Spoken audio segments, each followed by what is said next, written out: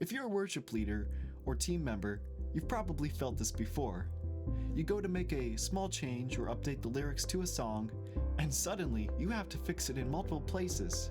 Your chord charts, service plans, or your lyric presentations. And this friction adds up, especially if you're doing it every single week.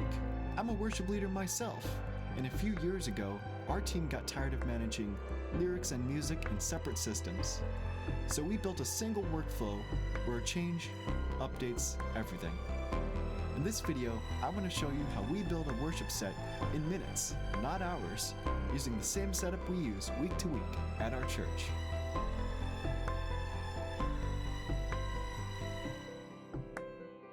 So let's jump right in. So here we are. I'm going to first go to the plan page and create a new set list. So we're going to plan out a communion service for March 1st. Typically on the first Sunday of a month, our church does communion, so we'll plan it out for that. We're going to schedule it for March 1st at 10:45 a.m. So in our typical order, we have a welcome and announcements. That typically takes 5 minutes. And then we usually have a scripture reading and prayer. I haven't decided yet what I want to do, but we'll just put it in there.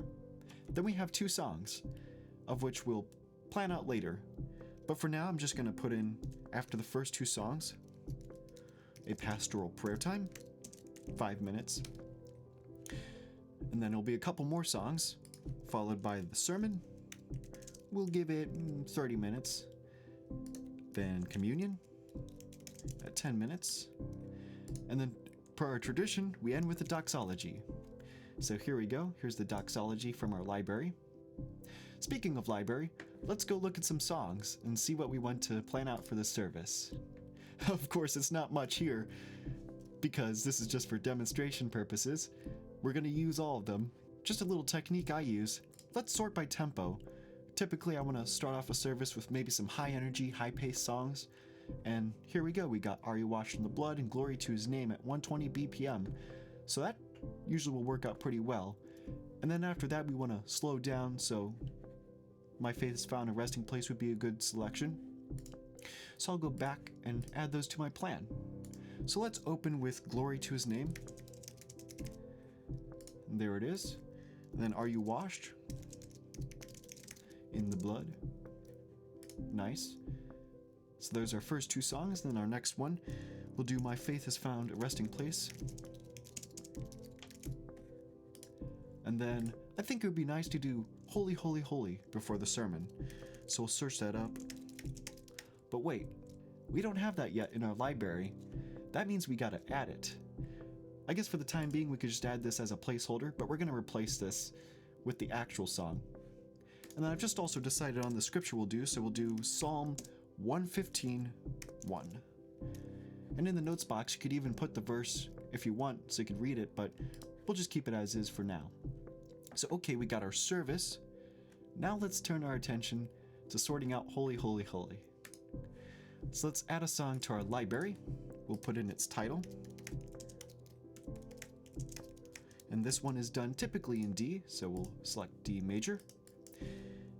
And 75 BPM. I've already kind of pre-tapped that out and figured that out, so, but you could use the tap tempo button if you're not sure of the exact tempo and tap it out. In terms of copyright status, you could go through each of these and read the text here for what they mean, or you could look at our help pages and figure out what they mean, but this one is public domain. This is a hymn, public domain. Attribution is not required, but encouraged for sure. So this was written by Dykes and Herber. Herber was the one who wrote the lyrics, Dykes is the music, but it's public domain. So we'll add our song. Typically we start off with an intro, like an instrumental intro. So we'll make our intro, hit enter, and this one will be 4 bars. It's kind of the last line of the verse is what we're doing for the intro. And if you look at like a hymnal, at least in our hymnal, they have like these bars, these little like tick marks above the measures, and that typically indicates where an intro is. So that's what we're gonna do. So we'll start off with a B minor. It's like, God in 3 persons, like that line we're gonna start on. D/F sharp, G, D. Let's throw an E minor in there for flavor. A7 and a D. So perfect, we got our intro. Now let's add verse 1. So it's easy just to, like, wherever you get your chord sheets from, you could go to like CCLI for instance and copy paste the lyrics. So that's what I'm going to do. I have my lyrics already written up. I'm just going to copy paste them. And here we go. Save them. And then for constructing the chord sheet, either you could do it from memory, like if you know the song that well, you could just construct it from memory, or you could reference a chord sheet and pull that up from wherever you get your chord sheets from and just kind of duplicate that in here. So I've got my chord sheet pulled up and I'm gonna now start placing chords. So we can just simply click and place. Another cool feature is to save you from typing chords over and over again. If you have a chord already, you just hold down Option or the Alt key if you're on Windows, drag it to where you want to place it, and plop, there it is. So that's pretty handy. Do an A here. I'm going to move rather quickly just to place these chords. So this software is really cool. It provides us the ability to make our chord sheets, and as you might see in the tabs up here, presentation, timing. So I'll get all into that as we move along here, but we'll focus on building this first verse here.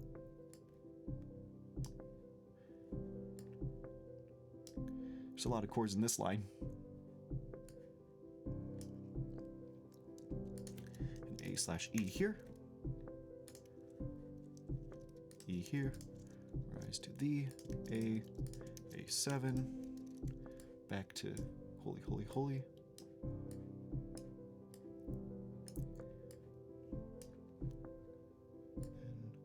And mighty. God in three persons.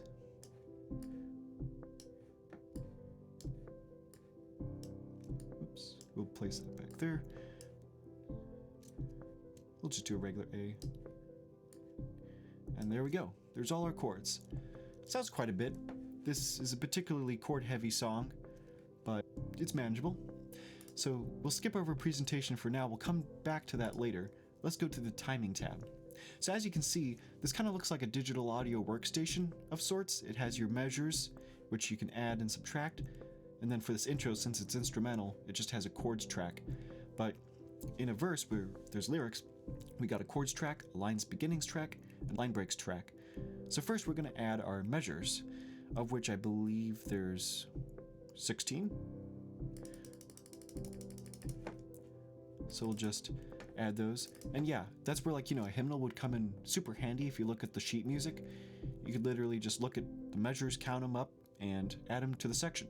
So we'll start placing these chords. These chords are in order from left to right, top to bottom. So that's the order of these chords. And then these numbered and partial lyrics here, 1, 2, 3, 4, are the lines, line beginnings. This is when each lyrical line comes in, musically speaking, in time. So we'll start placing the chords and line beginnings. This is super simple because it's down on the downbeat here, so we don't have to worry about a pickup or overlap in this song. It's pretty simple. So it's holy, holy. I find a helpful technique is just like counting on your fingers, humming the melody, and just going through the chords and thinking about them and where they fall. It's the easiest method I found. So I'll fly through this rather quickly here since I'm familiar with the song.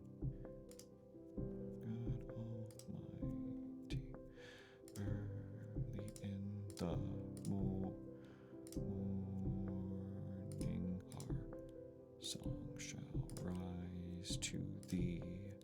3, 4, halfway there. And I actually just forgot to place this line early in the morning.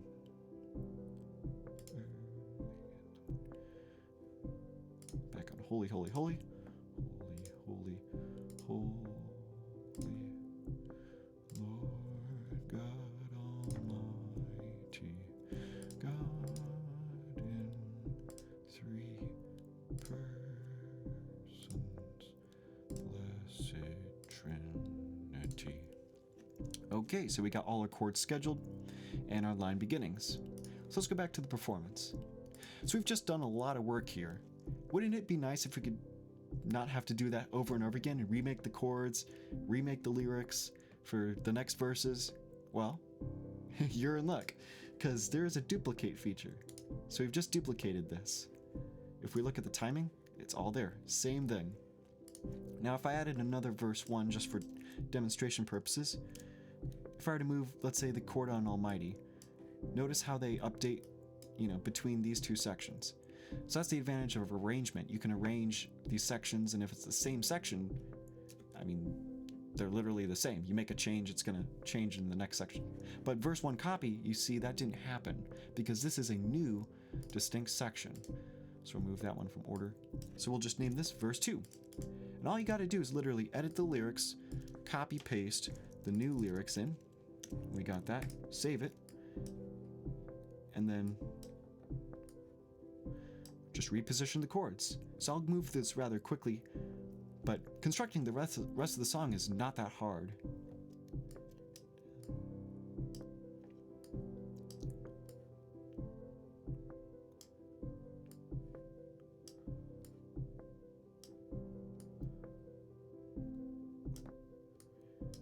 Kind of a lot of chords to move around here.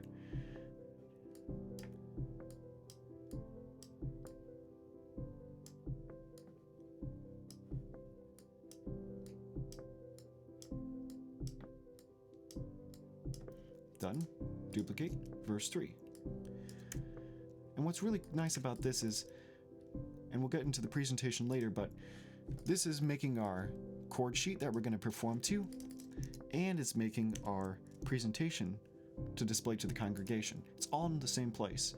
So literally, a change, if you change the lyrics or change the arrangement, that's going to be updated everywhere. So that's really cool. Man, thy glory may not see. Only thou art holy. Beside thee in love and purity. And last but not least, we got verse 4. Oops. Copy paste.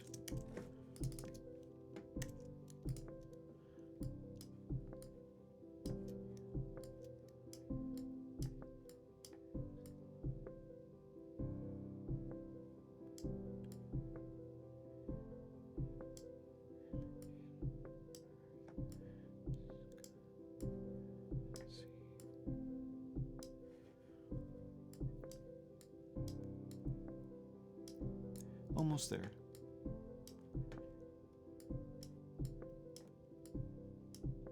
You can also import from a file is another option. So you could do Chord Pro, it easily parses that, or a PDF. It can sometimes be okay. It really depends on the quality of the PDF. But I really prefer the approach I just did right now, is being particular, getting one verse done and solidified, getting the timing down, and then just duplicating and making the other verses. It's just so easy, especially with verse-based hymns, or a hymn with a verse and a refrain or chorus. When you start adding bridges and turnarounds and more complex stuff, it's more work, but sometimes it's just really easy and straightforward. So okay, we've got our timing, we've got our performance, let's address presentation. The reason I saved this for last is because obviously the lyrics are different for each verse. So what we're looking to do, generally speaking, is have evenness in splitting up the lines visually and splitting up in terms of timing. So it's not a perfect rule, it's just a general rule of thumb that you want to adhere to. So I'm just going to start breaking it by clicking on where I want to break it.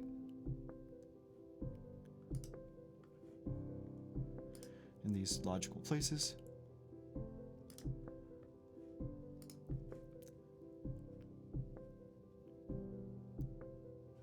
This is a tough one. Yeah, this slide's going to require 3 breaks. Try it like that. And then grammar to pay attention to too in the breaking. Just being aware of either punctuation or just how phrases work. It's also a thing to keep in mind.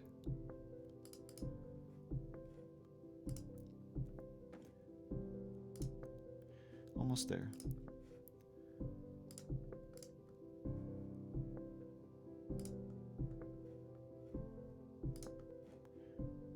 Okay, so all these now are even, generally speaking. Now we'll time these as well. You see, now we've got line breaks. So the number means the line number, and then when you see the slash, like holy and Lord here, we want to time for Lord, right? When does Lord happen? So we'll place this where this should go. Holy, holy, holy, Lord happens on that G. You can even refer back to the performance, see how the G is over Lord, and that makes it easy to know where to place it. You can also sing along as well. Morning, our song that's on D. Holy, holy, holy, merciful on G. You see, that's a very easy, natural place to place it. And for the last line here, God in three persons, blessed, is on E minor. Next, all go there. Casting down there. There happens on A slash C sharp. Golden crowns around happens on the D. Cherubim, seraphim falling on that G. Which word and art and evermore shall be. Halfway there. Though sinful man, thy glory may not see. Only thou art holy. There is none beside thee. Perfect in power, in love and purity. And one more verse. Lord on that G, all thy works shall praise thy name. Thy name in goes right there. Merciful on that G, and last but not least, God in three persons, blessed on that E minor. So now here we have it. Our intro, we got our 4 verses with all their chords in the proper place, our copyright information, the presentation, all even, and everything timed. So what this means is we can go back to our plan for March 1st, and we can just remove this item here and actually put in holy, holy, holy. And there we go. So I've just now planned out a full service from start to finish in literally minutes, delivering on that promise. Now, of course, when you start out, you won't have all your songs in the library. So as I said, you could either import them from a file or just do what I just did. What I really prefer is being particular about the chord sheets and getting them accurately entered with the timing information. And that'll take some time. I'll be honest, it might take me no more than an hour usually if I was to start from scratch planning a service and getting stuff entered, because it's really efficient like you just saw. But when you start building up a library, and that happens fast if you're doing new songs every week or still pulling from your library, you'll build up a nice catalog of music and just simply whip it together like this and plan it all out. And guess what? You have your service plan made, you have your chord sheets made, and you also have your lyric presentations made. And if you have everything timed, it will all scroll and highlight in real time, both on your music and for your congregation. The presentation will advance automatically. And if you make a change in any one of these places, it will update everywhere. I also want to mention, I'm the one who built Uplift. A few years ago, our team just got tired of running into this exact friction that I mentioned in this video. So we decided to solve that. And I also stepped into the role of worship leader about half a year ago, and we use this exact setup every single Sunday. If this looks like something that could help your church or your team worship better, you could try Uplift for free with no account or sign up required for yourself. Or if you're ready, you can upgrade and use it with your whole team. The link's in the description below. But that's all for today's video. I want to say thank you so much for watching, If you found this helpful, be sure to like, subscribe, and share with your fellow worship leaders and team. Until next time, keep worshiping unified and unhindered.